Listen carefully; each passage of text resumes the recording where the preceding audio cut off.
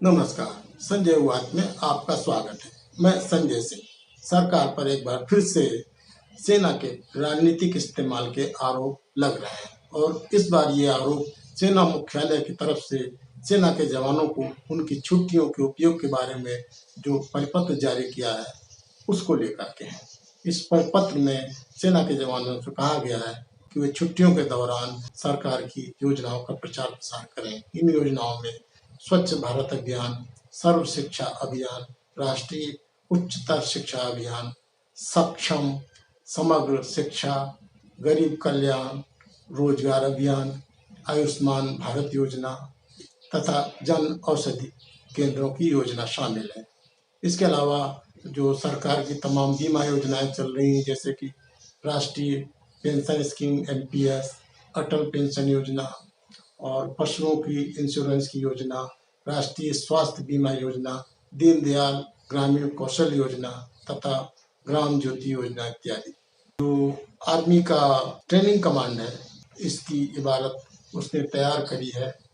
इस कमांड की मूलतः जो जिम्मेदारी है वो सेना के जवानों को ट्रेनिंग देना है, लेकिन ट्रेनिंग के बजाय वो आजकल उनको समाज सेवा और राष्ट्र निर्माण में सरकार की योजनाओं के प्रचार प्रसार के बारे में बताने की जिम्मेदारी उठा रही है। आपको मालूम ही है, मौजूदा सरकार, केंद्र सरकार, मोदी सरकार पर पिछले 9 सालों के दौरान सेना के राजनीतिक इस्तेमाल के आरोप समय समय पर लगते रहे हैं।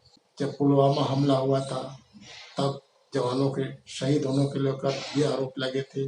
इसके बाद जब सर्जिकल स्ट्राइक की गई सरकार सेना की तरफ से, तो सरकार ने उसका जो क्रेडिट लेने की कोशिश की उसे भी राजनीतिक इस्तेमाल के तौर पे बताया गया।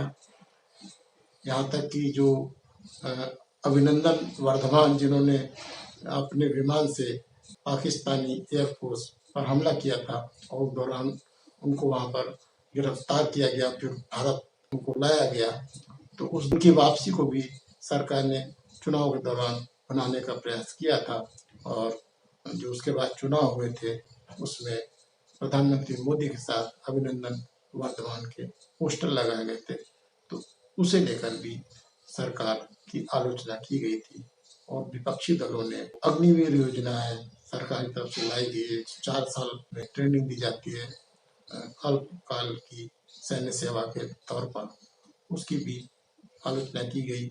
और उसमें विपक्षी दलों की तरफ से इस बात के आरोप लगाए गए, जिन अग्निवीरों को 4 साल बाद रिटायर किया जाएगा और जिनको नौकरी नहीं मिलेगी बाद में कहीं भी, क्योंकि सिर्फ 25% को बाद में सेना में रखने का इंतजाम किया गया है। बाकी के बारे में कहा गया है कि विभिन्न आर्म फोर्सेस अलग अलग स्तर पर इनको कुछ आरक्षण देंगे।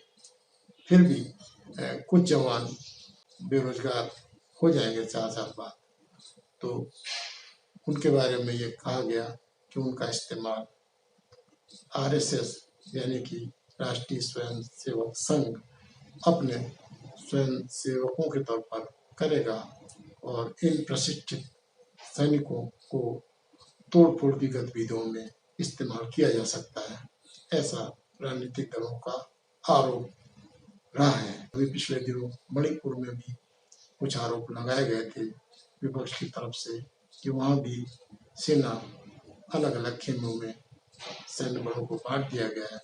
कुछ बल वो जो सत्तारूढ़ पार्टी है उसके अनुसार उनका इस्तेमाल किया जाता है और उन्हें स्वतंत्र रूप से कार्य करने की अनुमति नहीं दी जाती है। इस तरीके के आरोप भविष्य में भी लगेंगे, हमारी उन पर नजर रहेगी। आपका इस विषय में क्या कहना है, आप अपनी टिप्पणी से हमें अवगत कराएं। इस वीडियो को कृपया सब्सक्राइब करें, इसमें कोई भी खर्च नहीं होता है, सिर्फ आपको सब्सक्राइब जो आइकॉन है उसको टच करना है। इसी तरह से लाइक या डिसलाइक के बटन को टच करना है। जो हाथ ऊपर को अंगूठा करके बना है और जो हाथ नीचे को अंगूठा करके बना है उनको टच करना है। आज के लिए इतना ही, धन्यवाद।